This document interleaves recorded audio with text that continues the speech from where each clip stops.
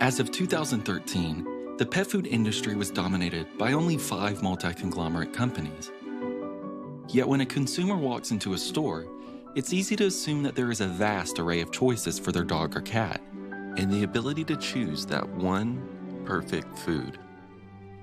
But just how different are these choices? And what's really going on inside of those bags? Is what's inside really as healthy as the shiny outside labeling would have you believe?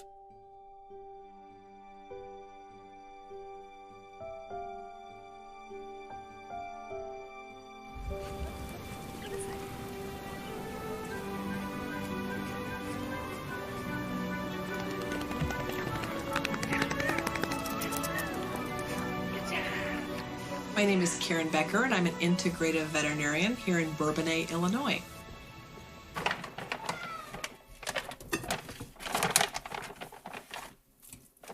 This is a commercially available raw food diet. This is lamb. I'm also going to give the boys an egg. Great source of protein. Is it feeding time, Bernard? And that's dinner.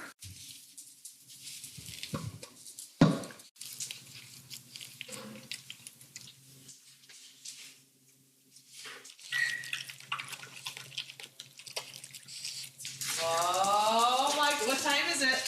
What time is it? It's very exciting. Okay, Ada, what time is it?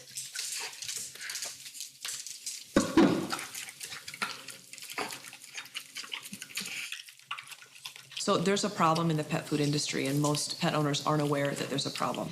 And unless you have an interest in digging deeper and finding out what those issues are, you can go through your whole life feeding the exact same food, assuming what you're doing is healthful for your pet.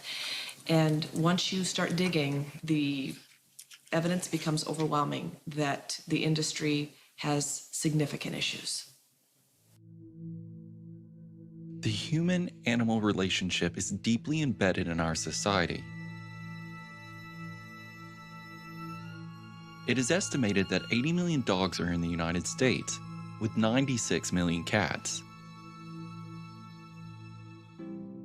Americans alone spend an estimated $60 billion on pet expenses every year, and that number is growing exponentially. It's always a first thought to buy something your pet will like, something that will make them happy and live a healthy life. We give them exercise, clean water, and lots of love. We've always purchased food from a grocery store or a pet food store that provided convenience, the promise of nutrition, and familiarity with the brand. A very important part of this champion's diet is meat. That's why we feed him Friskies. It's a complete diet in just the right amount. Very convenient. The industry at large survived for nearly 100 years without a single thought from consumers as to what was going into the pet foods. That all changed in 2007 when a toxic ingredient made its way into pet foods, killing thousands of pets nationwide. Melamine is used as a fertilizer in Asia and also has several industrial commercial uses, including a component of kitchen utensils and plates.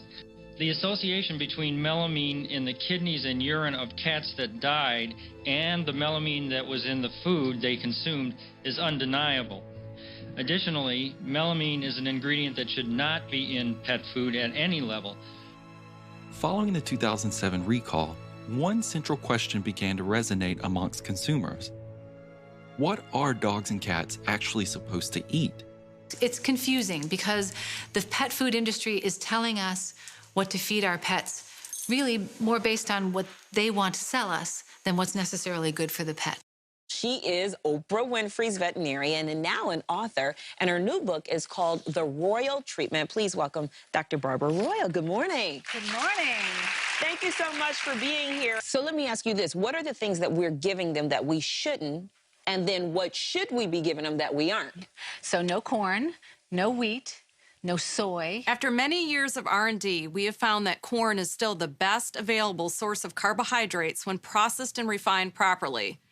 Those are the things that cause overweight, diabetes, arthritis, chronic skin infections, allergies, things like that. That's the precursor for a lot of that. If you're feeding poor nutrition and they're eating a lot of those things that mess with the body, they just don't stay healthy. But let me ask you this, doctor. Are those the things that you find in dog food, or you're talking to people who are giving table food to them? No, it's in dog food.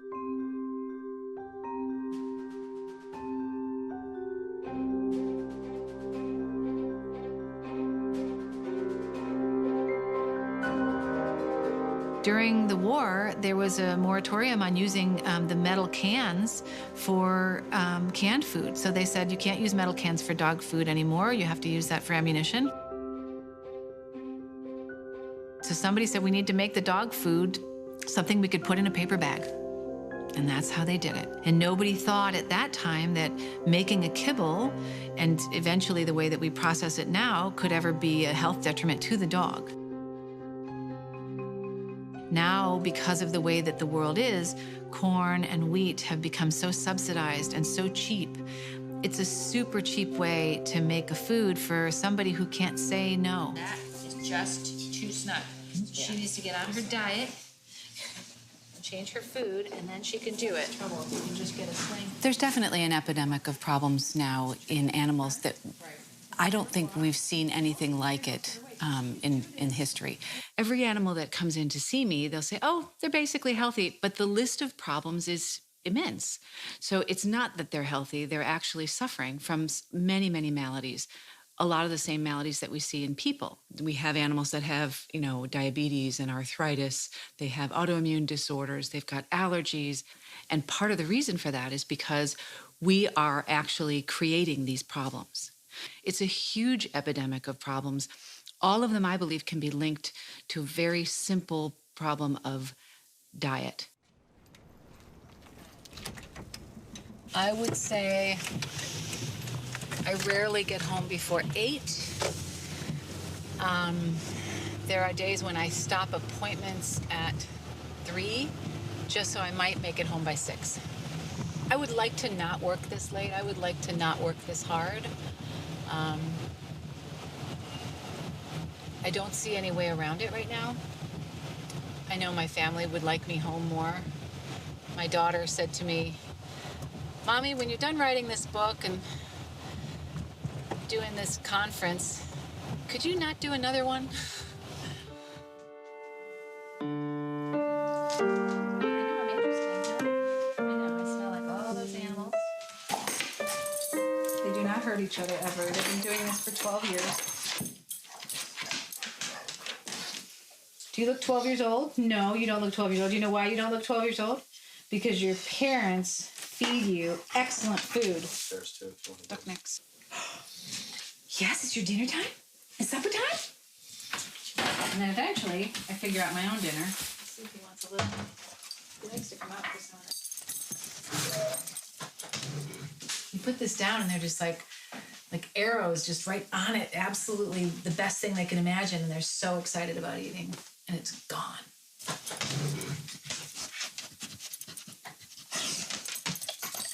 There's nothing better than making your animals happy. I gotta say, I mean, look how happy they are. They're both like, yes, thank you. You're feeding me the thing I love. And they're so happy. Oh, boy. And do I worry about them eating raw food and then licking me? No, I do not. Because the fact is, there aren't any pathogens in that raw food. Because they're careful with it. I think raw food is weird to a lot of people. When I first mention it to people, they sort of say, raw food? Do I have to feed raw food to make my dog healthy? Like, are you crazy? I'm like, well, no, you don't have to. It'll make a difference. It'll make a huge difference. When we had so much crazy processed food, and then all of a sudden Whole Foods came around and said, we're going to offer fresh food. It's going to cost a little more, but you're going to like it. And everyone said, no one's ever going to do that. No one's ever going to spend so much more money on food than, and it's like, guess what? Yes, they will. Yes, we will. Because we know, we can feel it. I can feel it. And now I think we've come to the point of saying, okay, we know. We know they do care. It does make a difference. And the species-appropriate diet is getting back to what it was before we started, leaving the canned foods and stuff.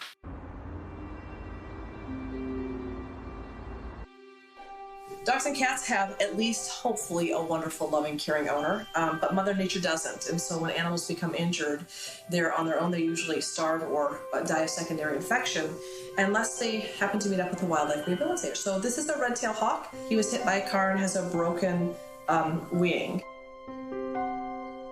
One of my hobbies and passions is wildlife rehabilitation.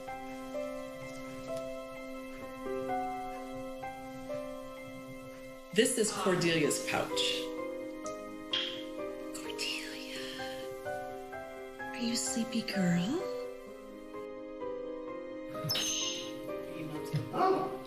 I have been fascinated with nature and life since I can remember. I became a licensed wildlife rehabilitator when I was 14, and I knew that I would have a lifelong career helping animals. So when I was 14, I heard about a woman that had tremendous success with wildlife rehabilitation. Her name was Barbara Harvey, and she was in Horicon, Wisconsin, and I called her and I said, Barbara, my name is Karen Becker, and I'm 14 years old, and I want to know how you became so successful. A long story short, she invited me to her home in Horicon, Wisconsin. She lives in a beautiful log cabin during the winter months, and she lives in a teepee on 13 acres during the summer months. She invited me to live in her teepee on her 13 acres and see how she rehabilitates hawks, eagles, owls, and falcons. Barbara has the best success rate in the country with raptors. And the reason she has such a success, she feeds biologically appropriate, raw, living mice, rabbits, rodents to those animals to be able to help the body recover from injury. So when I went to veterinary school years later, and I sat through these nutrition courses, and when they gave me the laminated chart that told me what food I should feed with what disease process, things did not add up. Before I went to vet school, I worked for years in zoo medicine. The most important thing I think I've learned from that is every species has its own requirement. Each species must eat what it is supposed to eat. It's developed, evolved to have a specific diet that keeps it healthy. Each animal has its own biologic requirement for certain nutrients. A species-appropriate diet for worms is dirt. A species-appropriate diet, let's say for hummingbirds, would be nectar. You can't feed earthworms nectar and you can't feed hummingbirds dirt. Both of those animals would simply die. Some species, when you offer them not biologically appropriate foods, they simply won't consume them. When you offer a snake, another obligate carnivore, a salad, they will simply starve to death. They will not consume a non-biologically appropriate food in light of sustaining life. They simply die. It gets pretty confusing with dogs and cats, however, because dogs and cats are nutritionally much more resilient than other species. And what that means is that we can nutritionally abuse them, for lack of a better term, and they don't die immediately. They just have overall vitality decline and overall degenerative changes take place in their bodies from feeding them foods that are not biologically appropriate.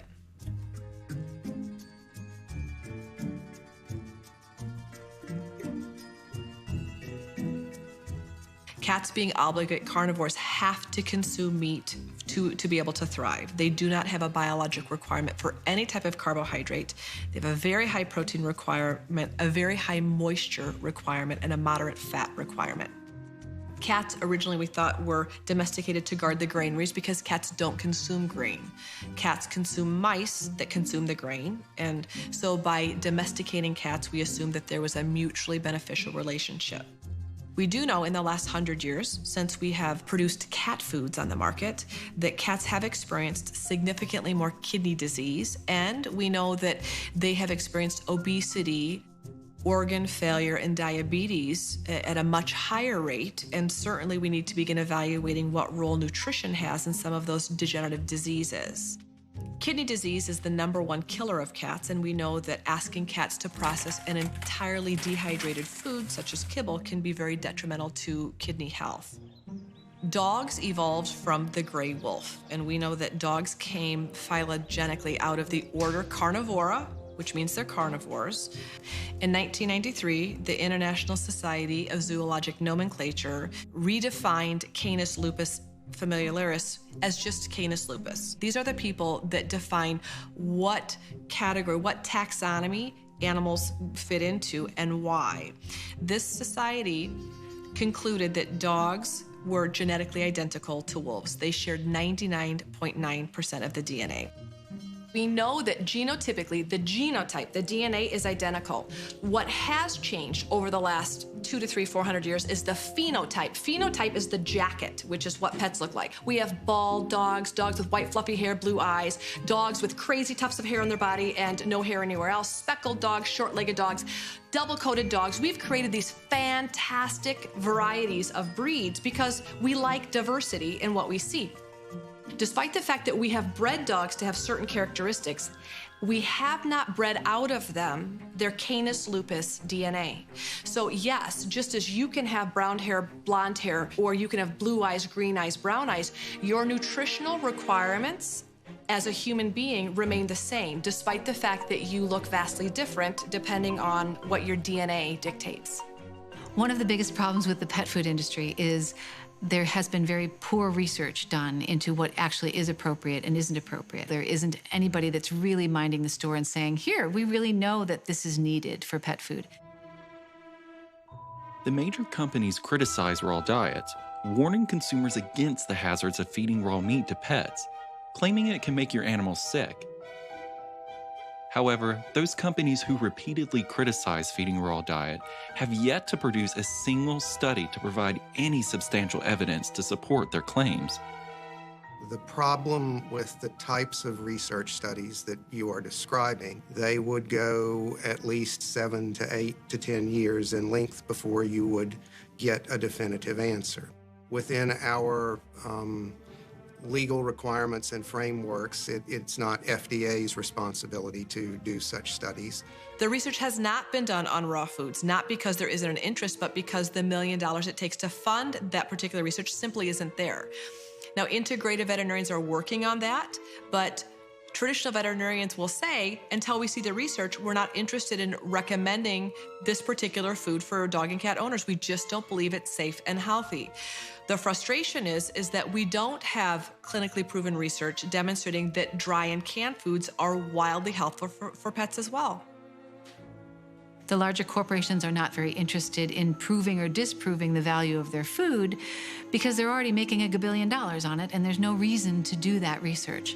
Since major pet food companies are involved with and have influence over vet students, lack of education surrounding raw diets exists heavily among traditional vets.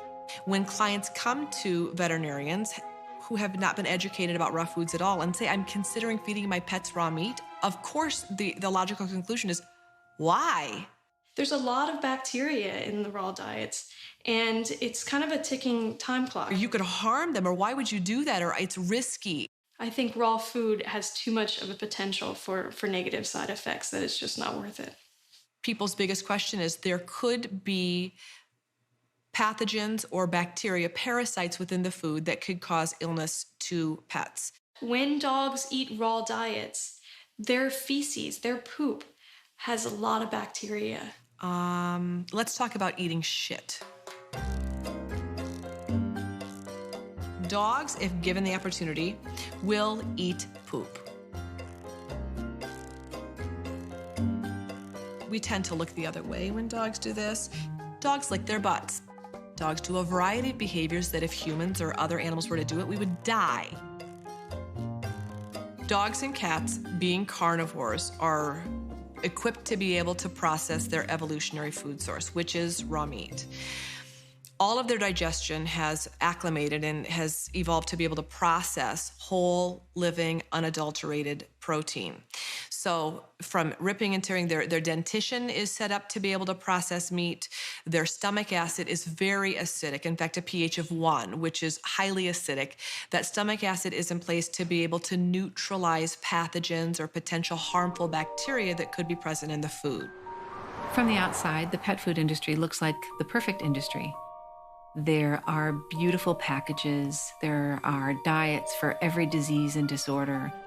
There's all kinds of different colors and beautiful pictures. And if you look a little deeper, unfortunately, that isn't what the pet food industry is all about. It's more difficult than you would imagine. At first you think, I'll just stop by the store, waltz right in, and buy my pet some food. You walk in. You browse. The lighting persuades you. The music speeds you up. The pretty pictures slow you down. In this moment, you officially surrender to the overwhelming realization that you have no idea what the real difference is between all these bags. And if you're being totally honest with yourself, you've probably never even read the ingredients of a pet food label in your life. So it becomes very difficult to go into any store and discern a great product from a terrible product. It becomes confusing for a lot of people. The labeling is beautiful, the packaging is great, there's some keywords that look pretty good and sound pretty good, so it becomes nearly impossible if you don't have background experience or some training to be able to know what would be a good choice and what would be a bad choice. I've collected a few examples here, and we're going to go over some labels. My first example is a food that on the front says bistro meals. It's thoughtfully prepared, bursting with flavor. Who doesn't want that in a pet food?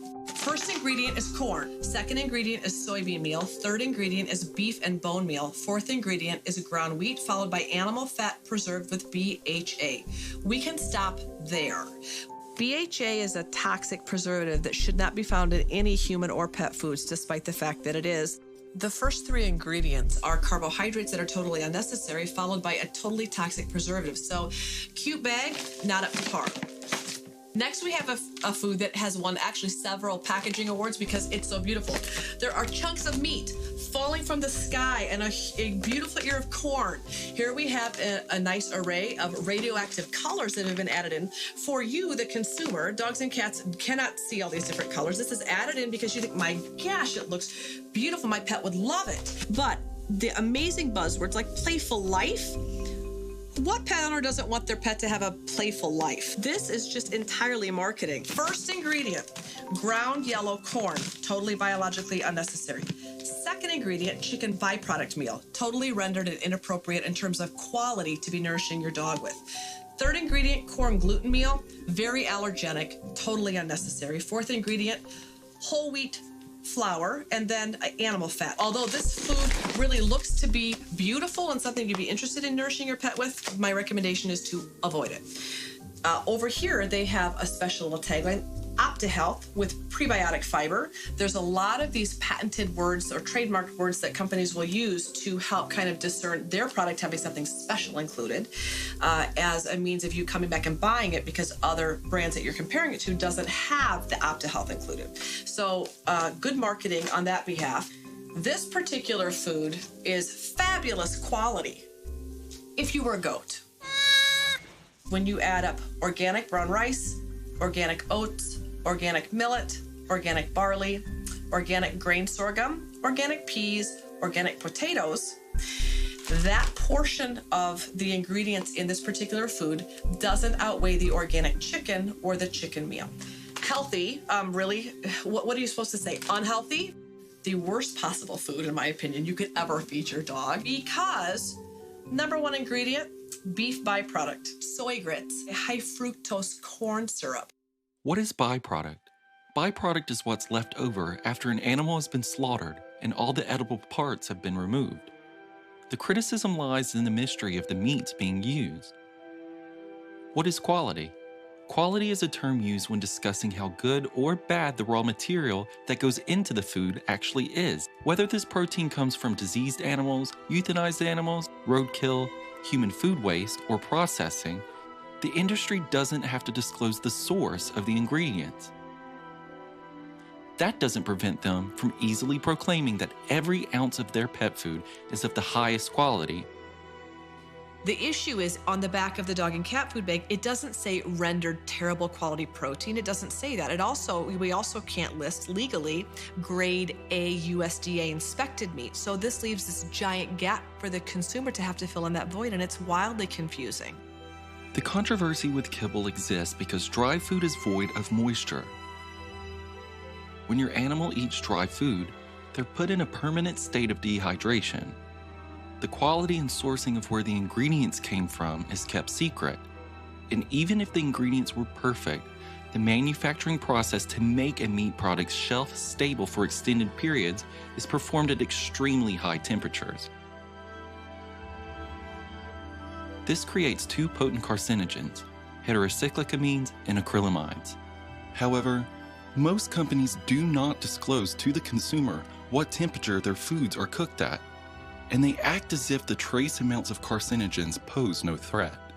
It was around 1948 when veterinarian Mark Morris decided to create the first prescription pet food, still recognizable today.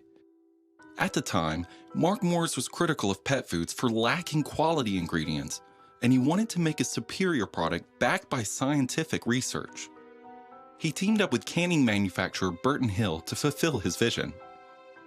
The result became what we know today as Science Diet, sold in veterinarian offices all across the country. But in 2013, the Wall Street Journal reported Hill's was starting to see its profits decline because consumers no longer identified with their ingredients. Science Diet has since refocused on rebranding their image as more natural, creating new product lines and shying away from controversial and rendered ingredients. The National Renders Association argues that they're providing a necessary role when it comes to the recycling of animal carcasses. If there wasn't anywhere to put the animal waste from the human food industry, where would it go?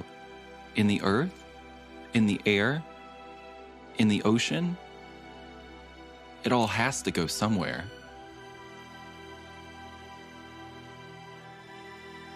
We have a huge quality control problem, meaning the quality of ingredients coming into the industry, anything from potentially fabulous USDA inspected human grade, all the way down to entirely rendered, which is every piece and part you could ever imagine and actually probably don't even want to think about.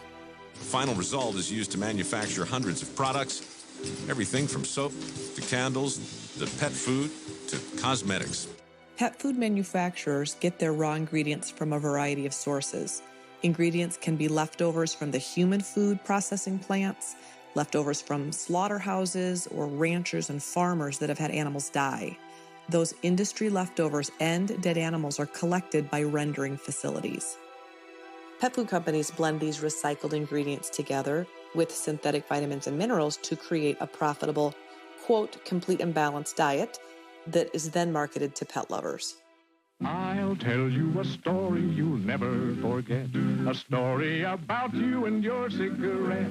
Enjoy smoother smoking, choose wisely, choose well. Smoke longer and finer and milder, pell-mell, pell-mell. So the pet food industry today is similar to the tobacco industry in the 40s and 50s when you had medical doctors recommend the use of tobacco, not because it was conspiracy or they believed that they were in any way harming, they just didn't know.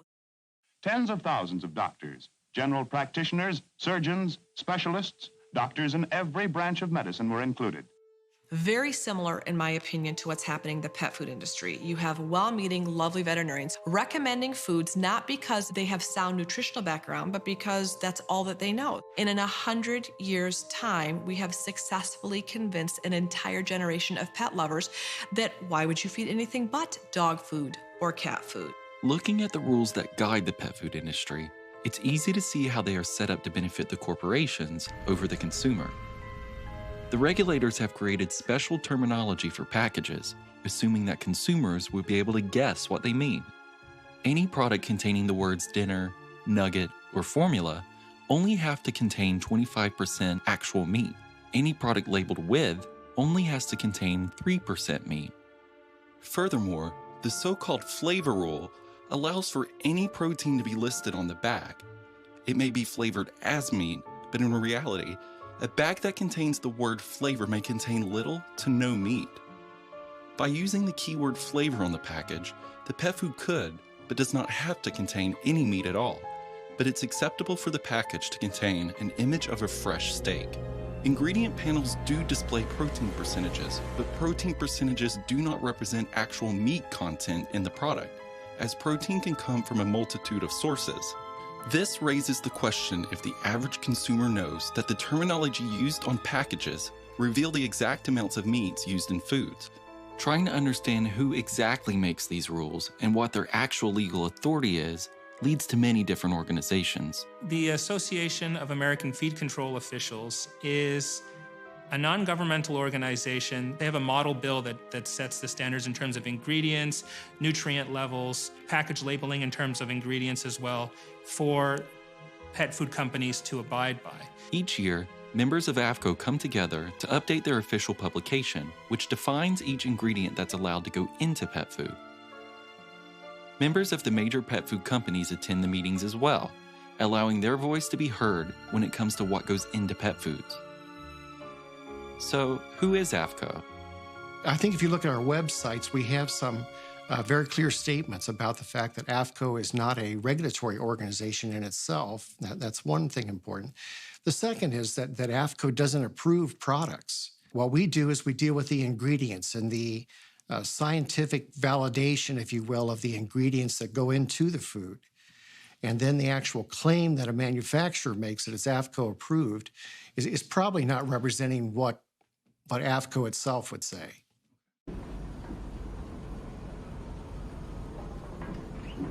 It's a gathering of sheriffs. They're there just to get agreement on the best level of nutrition that can be required. FDA has worked closely with AFCO on the regulation of all animal feeds, not just pet food. I think the important thing to remember is FDA is a true regulatory authority, where AFCO is an association of state feed control officials. And as such, AFCO has no regulatory authority. If you meet the nutrient level for protein, it makes no difference whether that protein comes from a healthy protein source like chicken, or whether it comes from a base protein source like wheat flour or wheat gluten that's been fortified with protein of some kind. As long as you meet the nutrient levels that they've set, the food is approved as AFCO approved. When you look at the AFCO manual, I think you really begin to see how the interests of AFCO and the pet food industry align. Actually putting together a list of ingredients that you would want to see in pet foods that you would want your pets to eat, and then forcing that on the industry. They've done it in reverse and basically just accepted the standards that the industry has been using for years. And I'm quoting now, use of the term or claim natural on pet food labels. So if I want to use the word natural on my dog food label, here are the rules, and I'm quoting this verbatim. A feed or ingredient derived solely from plant, animal, or mind sources, either in its unprocessed state or having been subject to physical processing, heat processing, rendering, purification, extraction, etc. It goes on. And essentially, these are all definitions of the antithesis of natural. All consumers would assume that if their dog food said the word natural on it, that what's in it would not be a rendered product. They're meeting the industry standards and the industry regulations that they've promulgated themselves. So it's a vicious circle of they create their own regulations, they meet their own regulations, and then they can claim that they're providing you organic and all-natural foods when in fact it doesn't meet what consumers believe those terms actually mean, but it does meet what the industry has defined them as. The definition of the word and the use of the term organic must have 3% organic chicken and at least 67% other organic ingredients. Could contain non-organic chicken meal or non-organic chicken fat. This is not an independent organization that is regulated by the FDA or USDA. This is not the government overseeing safe and adequate food sources for dogs and cats. This is a self-regulated industry setting their own requirements and then letting dog and cat food manufacturers know that if they're interested in having the food be labeled as nutritionally adequate, they need to adhere to their standards that they have put in place themselves. So the FDA's primary role is in regulation of what the label says is in there is actually in there. The FDA is not regulating quality, production, sourcing, any of those things. They're regulating that what you say is on the label is actually on the label. The most shocking thing about the pet food industry that has remained since basically I started doing this work is the FDA compliance policies.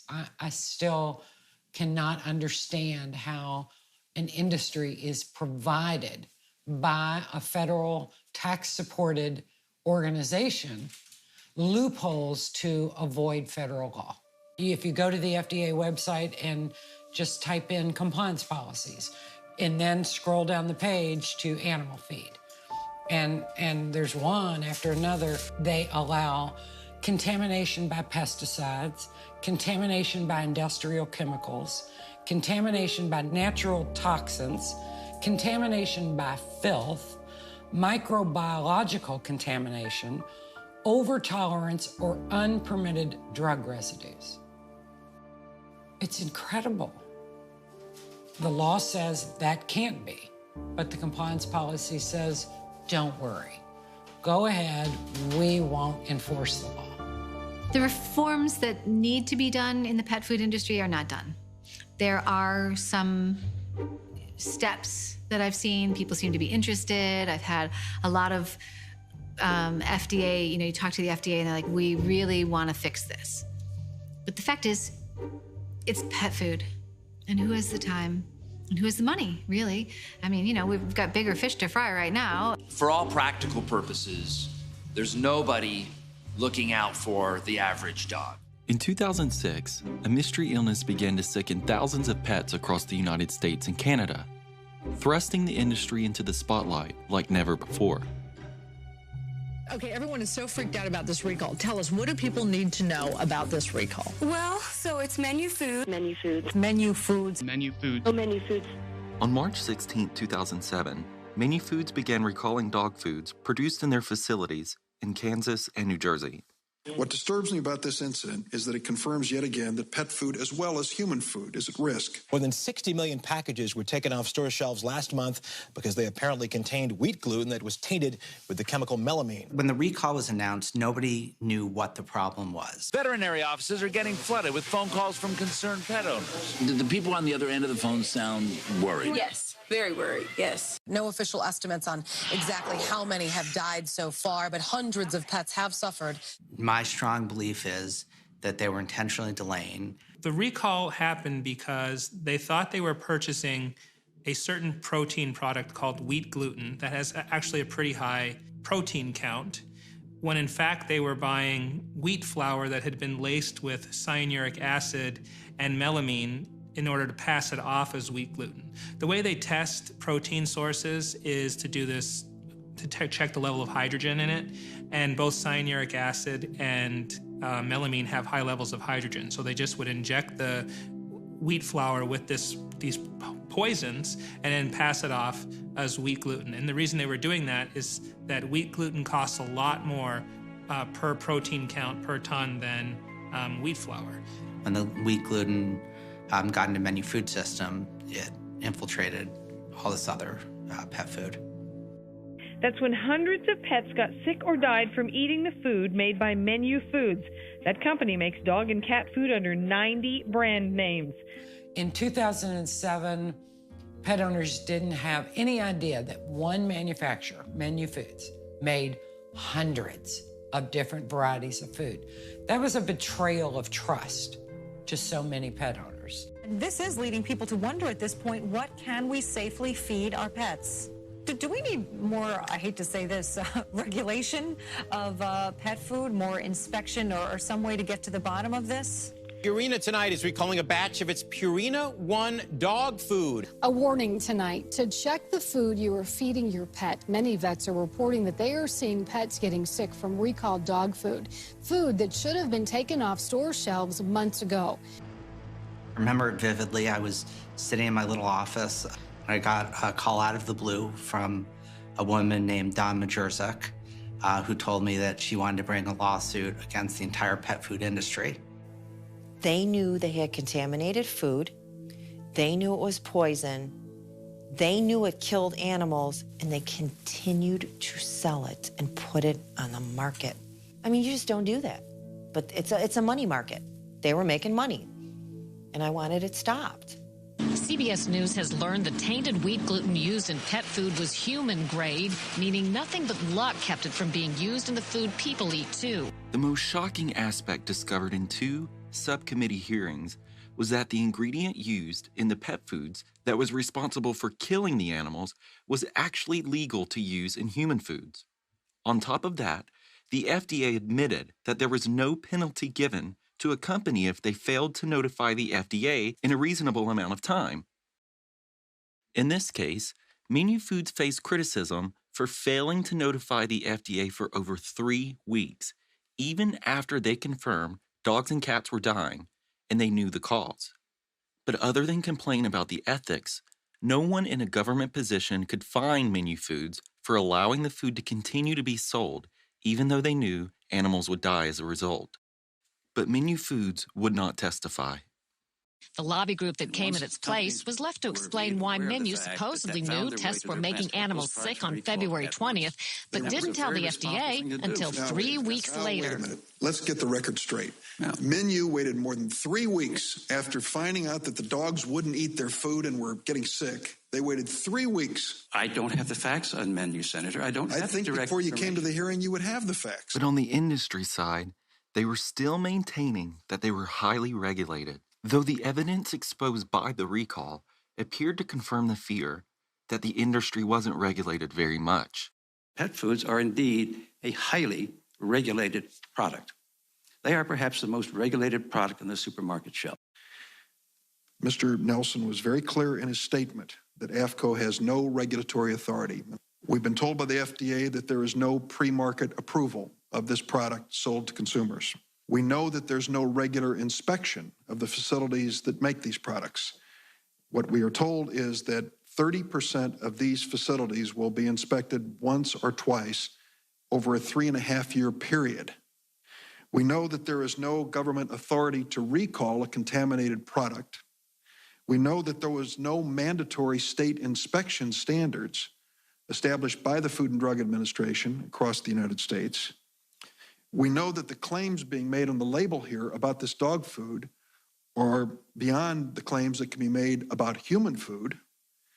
And we're told, at least Dr. Hodgkins has told us, that it's questionable as to whether or not a company that makes a contaminated pet food has to report to anyone about adverse events in a timely fashion, whether a dog has died or dogs are dying.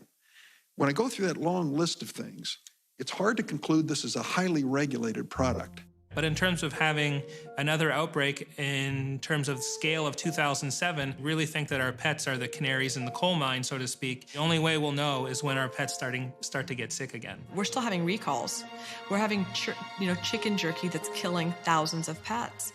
We can't identify the source of the contaminant that's still killing pets. That's scary. After the 2007 recall, another mysterious illness began to plague dogs all across the country. It was soon discovered that consumers who purchased various brands of chicken jerky treats to reward their dogs were actually poisoning their pets instead. Owners were devastated to find their dogs either sick or dead after consuming these so-called treats. We went to PetSmart, and my wife was looking at the treat aisle there, and she saw dehydrated jerky, chicken treats. And she's like, well, why don't we try these? This is the only thing I see is just in chicken. So I agreed, and we brought it home and we fed it, and didn't take long before we saw big changes. And what stands out in my mind from buying them that day is that I looked at the bag and they appeared wholesome. They really had this almost organic, good for you feel about the packaging. And so we grabbed 3 packages. It was around Christmas time that we bought them, and we put them all in the stockings for the dogs. So I remember getting them because they looked so good for the dogs. We believe your dog deserves treats made with the same quality of ingredients and care that you want with your food. created by people who love dogs. No artificial colors, no artificial flavors or fillers.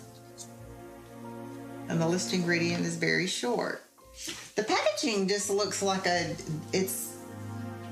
looks like they've put a lot of thought into it, and it looks like they care about their animals. It looks like it's real food and nothing artificial.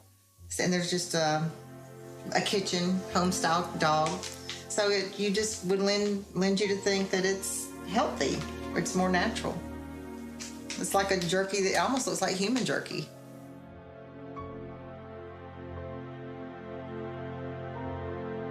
While Callie was at the vet, I knew that she had eaten the Milo's treats. So while she was there, I went online and I started researching. And I was sick to find that there was just this huge amount of information about these chicken jerky treats. It was Milo's, it was Canyon Creek, it was Wagon Train. There were dead dogs, there were dying dogs, dogs with just crazy problems from them. The American companies selling the chicken jerky were all sourcing their treats from one single manufacturing facility in China, even though they were labeled and sold as several different brands, a practice known as white labeling. Over a span of years, the companies involved strongly denied that their products were causing any such harm, even though thousands of complaints were pouring in from their consumers. Since 2007, the FDA has extensively tested many brands of chicken jerky treats, including ours. That testing has identified no contaminants and no definitive cause linking these products to reported illnesses in dogs. In the initial stages of backlash, companies tried to get consumers to sign non-disclosure agreements, which would have barred consumers from legally speaking about the death of their pets. A way to silence the very victims this had happened to, Del Monte offered money in exchange for signatures, but their bribery backfired. Offended pet owners refused the money, even banding together on a Facebook page to share their stories and information to try and get the products recalled from the store shelves. And when I came down in the morning, I checked on her, and she was breathing and she was sleeping. And I went upstairs to take a shower, and I heard her food bowl go across the floor. And I go, oh, well, Callie's up. And I took a shower, and then I came back downstairs, and she was dead. This is that fast. Yep.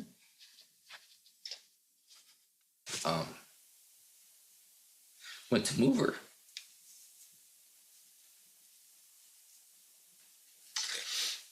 There was blood everywhere. She had been bleeding out of her chest, and her mouth opened, and she was bleeding out of her mouth and her nose. It was the most horrible thing I've ever seen. I lifted her up, and my hand was just covered.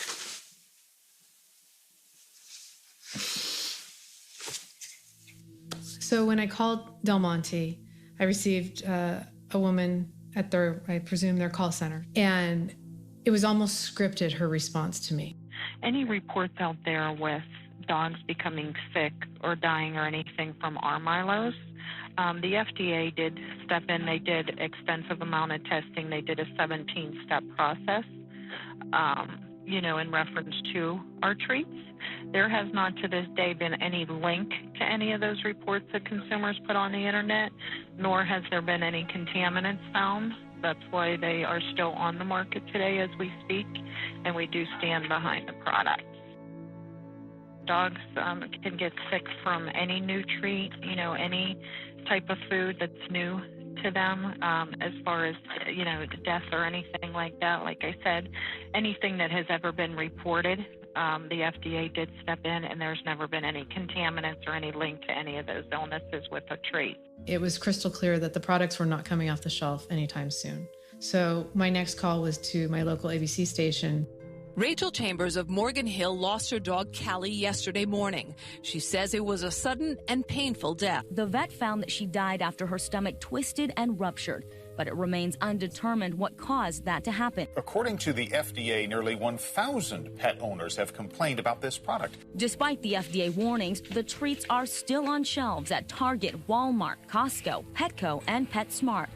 And admittedly, it's somewhat frustrating because we haven't been able to find a problem with the product. We say, yes, there are sick animals, We believe there's strong evidence it's associated with it, but when we go look at the product, and we've tested for numerous things, and we haven't been able to find anything that would suggest that this product right here, there's a problem with. Sometimes toxic ingredients are a combination of things.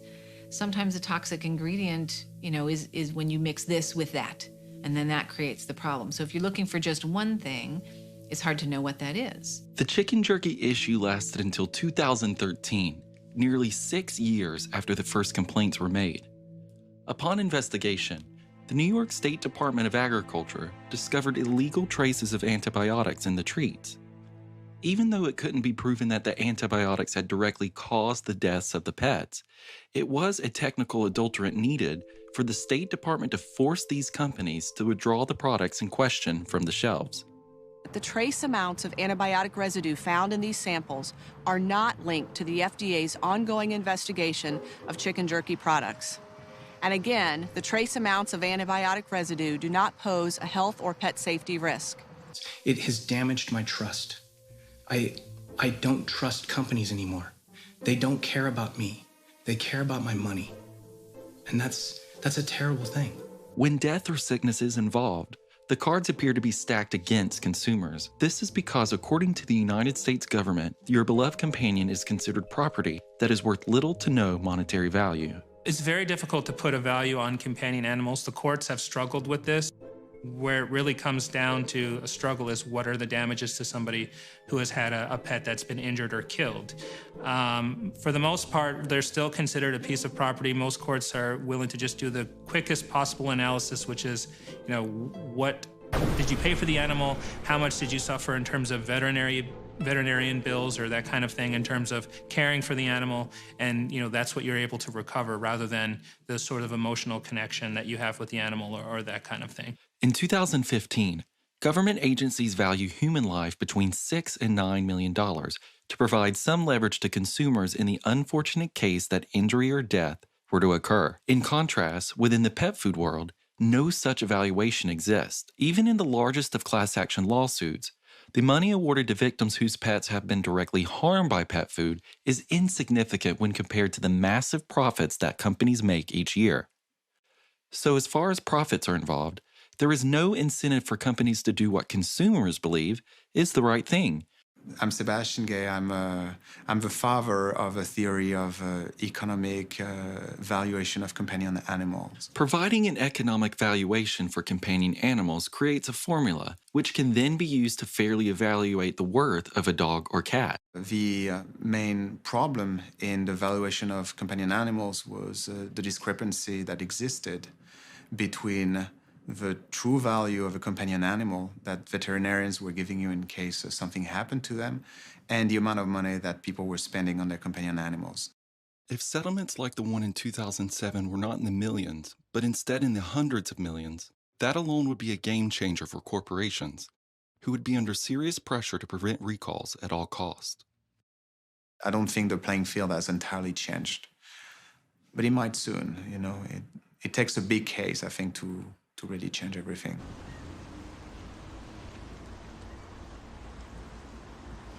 I'm Susan Thixton, and I run the website truthaboutpetfood.com. I started teaching people about pet food before the website began.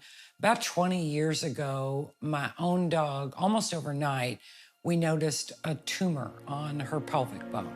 Took her to the vet, and he told me that it was a chemical preservative in the pet food was more than likely, this was bone cancer, and this chemical preservative in the food was more than likely the cause of the cancer. And, my brain couldn't wrap my head around that. How could a food that I trusted, and this was the leading food in the United States at the time, how could a food cause cancer and kill my dog? And he said it was to extend the shelf life. Well, back then I barely knew what shelf life was, but I called this pet food manufacturer just to confirm, because I was really doubting my own vet, and asked them what the shelf life was of this particular dog food. And what they told me literally changed my life. Their exact words, which are seared into my brain, were the shelf life, the pet food would stay fresh for 25 years. There was that many chemicals in the food that the food would stay fresh for more than 3 times longer than my dog lived. When you have a dog or a cat that pet food kills, your own pet, and you poured that food in their bowl, so you feel really responsible, it is life-altering. Weekly, if not daily, I hear from other pet owners that were in the same exact boat as me. That's what keeps you going. I'm very optimistic that the more awareness will bring about change. I think the big players, big pet food, will still be there, just like McDonald's is still serving up food. However, pets eat that McDonald's every single day. So it's very important for pet owners to be aware more than fast food purchasers. But as McDonald's has stayed in business, health food, smaller stores have also grown, if not even more rapidly. And I believe the same thing is happening right now in the pet food industry. Big pet food is still there, but a lot of small, very health-conscious companies are growing very rapidly and gaining a lot of customers. This is an interesting quandary for the dry food industry because they have to do one of two things. They either have to come up with more information to be able to bash the raw food industry, or the second option is they have to listen to what clients are asking for, which means really educated clients are going to the veterinarian saying, I want to see meat first on the label. I don't want to see extra carbohydrates. I want to see no additional fillers, preservatives, or unnecessary ingredients on the label. So some of these pet foods have wisely decided to join the bandwagon. Wolves, the wild ancestors of your dog. Using the same brash marketing style that the major pet food companies established, one company would soon challenge the industry's obsessive use and stance on grain. Feed your dog's wolf spirit with Blue Wilderness. In their commercials, Blue Buffalo took a bold step, questioning ingredients. I compare the ingredients and lots of them. Corn gluten meal? Not too sure exactly what that is. This style of marketing worked, quickly catapulting Blue Buffalo into a billion-dollar brand. All Blue Life Protection foods are made with the finest natural ingredients and start with real meat. As they say, you know you've made it when you're parodied on Saturday Night Live. Ground yellow corn chicken byproduct meal? The thing that gets me is, like, what kind of person thinks it's okay to put a big drawing of a chicken on the front of the bag, and yet there's no chicken in there? You know, what other compromises can we make? You want to have sex with my husband? Bend over, Pat. They want to get that ass. No. But one company wasn't seeing the humor. Purina and Blue Buffalo are locked in a nasty battle, and it's all about what's inside those bags of dog and cat food. Some people will try to tell you that your dog is a carnivore and requires only a diet of meat. They may tell you your dog is like a wolf, but even a wolf's diet is built on more than just meat. Blue Buffalo claims its pet food is free of chicken and poultry byproducts. The suit alleges testing at an independent lab found significant percentages of poultry byproduct meal in Blue Buffalo's top-selling life protection products. Purina sued Blue Buffalo for false advertising, eventually leading to a class action lawsuit. Purina launched a website called Pet Food Honesty. The irony of the entire lawsuit, however, was Purina's own lack of transparency when it came to their own products. They refused to answer questions on camera about the quality or source of their own ingredients. Since you guys are suing Blue Buffalo for transparency and ingredients, I just wanted to give you guys an opportunity to talk to this film and the consumers about the transparency of your own ingredients. Okay. All right, I will pass this along. After Purina failed to respond to our request, we tried again. So you don't have an idea of a date whenever you guys would like to respond? Well, it will not be me responding, so I am not sure. It's kind of up to, when he will respond. He officially has it. He does have the information. Purina would not defend their own alleged lack of true transparency. We reached out to Blue Buffalo as well, who also refused to go on camera. If this really was about transparency and honesty, why was no one talking? A one-on-one interview with the heads of these major pet food manufacturers would never happen because you can ask questions that are too difficult to answer honestly, openly, or appropriately that could put them in a compromised position. But the market for premium food is growing the fastest, with more pet parents seeking nutritious and natural food for their dogs. And with American pet owners expected to spend nearly $23 billion this year on food for these treasured members of the family, the stakes are high. Some of these companies that have repeatedly said it's not a problem to feed wheat or corn are now coming out with grain-free foods that they are labeling as more species appropriate or biologically correct or grain-free, where previously they have acknowledged that there was not a reason to produce these foods. They're now, all of them, coming out with a grain-free food, really, I believe, to compete in a marketplace that's becoming more competitive. At the American Holistic Veterinary Medical Association annual conference, we have all of these great food suppliers that are there, not only discussing their products, but exchanging ideas. Everyone's very open. Veterinarians are capable of going from booth to get an idea of what the products are about, how they're manufactured, ingredient lists.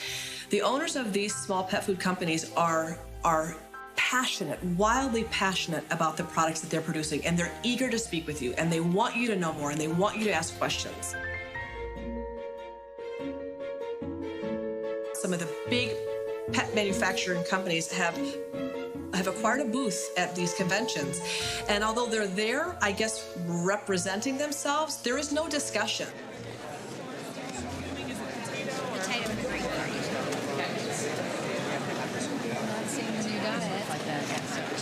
The fact that veterinarians come around and are looking at stuff, and this is how we get information, and it's sort of cool. Like, for example, I've never looked at this bag before, and I want to find out what's in it, because that's the kind of person I am. So your stuff usually is on the side, right. Pull this out of here. So you've got, this one has barley in it? This one has barley? Right, there's ideal balance and there's ideal balance grain. There's two products under the umbrella. How are you finding your Industry leaders are incredibly cautious about making sure that every time that they are publicly on tape or have any printed information, it's a well-calculated, formulated response that they're in control of. Do I think that the top pet food manufacturers in this country could be striving to produce a more species-appropriate, better quality pet food? Sure. Do I think that their motive is probably more economic and trying to maintain their market share than producing a fabulous quality pet food? I do. Most companies that attended the trade show were happy to speak with our cameras, proud to show off their products in transparency. But when we revisited the Science Diet booth with our questions about the species appropriateness of their products and the sourcing of their diets, we were refused interviews and instructed to contact their media department team. So we did. Hi, Cole. This is Lucy Rubio with Hills Pet Nutrition. I just wanted to let you know that Hills decided not to participate in this documentary. All other major pet food brands also flat out refused or ignored multiple requests to participate in this film.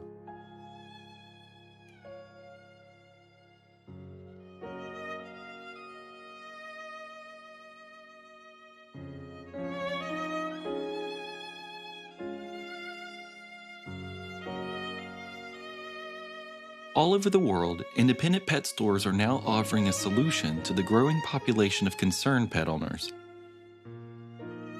For almost their entire existence, major pet food stores only carry dry or canned food, while independent stores were adequately addressing the concerns of their customers by selling raw, dehydrated, or alternative diets. The big box pet stores are recognizing that there's not only a market for human-grade, species-appropriate foods, but there are pet lovers going and asking for these foods. The industry has felt the threat of the independent pet stores popping up across the nation. In reaction, they've launched their own chain of smaller stores with the appearance that what they're offering is healthier. So many well-intentioned customers are still left wondering, what is the right thing to do? So you're talking to people, I'm doing this thing, and they want, okay, so what is the answer? So to me, that's what happens to me every day. I've got people who come to me and say, what is the answer? In the end, it isn't about perfect. It's just about knowing. I just happen to see increased health when you really can feed a biologically appropriate diet. We shouldn't have strayed so far from it in the first place. We have. We're going to have to get back there eventually. I'd like to see that. I believe as pet guardians, our job is to feed the best possible food that we can afford to feed. So if you can't afford to feed an organic, all raw, biologically appropriate diet, then my recommendation is to make that your goal. Consider feeding as much raw, balanced, human-grade food as you can. Maybe you could use it as snacks throughout the day, or maybe you could afford to feed one meal a day. The other meal you could consider feeding a dehydrated raw or a canned food. By default, and because it's least biologically appropriate, I only recommend feeding dry food unless you can't afford to feed better quality foods. And many people cannot afford to feed better quality foods. So even within your dry food choices, there are better quality dry food choices and there are terrible quality dry food choices. And it's your job as a pet guardian to be able to know enough about nutrition to make wise health decisions for your pets. Rest assured, the industry will continue to evolve, much like a chameleon in the wild. No matter what product is shelved before you, understand that every company, as well as their packaging, is doing its best to convince you that they have the utmost integrity and that their products are of the highest of quality. The industry and the ingredients in most products on the shelves boil down to the ease of convenience, money, and creative labeling. You're never going to meet that farmer on the package, tour the pet food manufacturing plant where your dog's gourmet food is being made, or shake the hand of that CEO. It's all just too big. With profits as their main goal, the cycle will continue on and on, again and again, with no end in sight.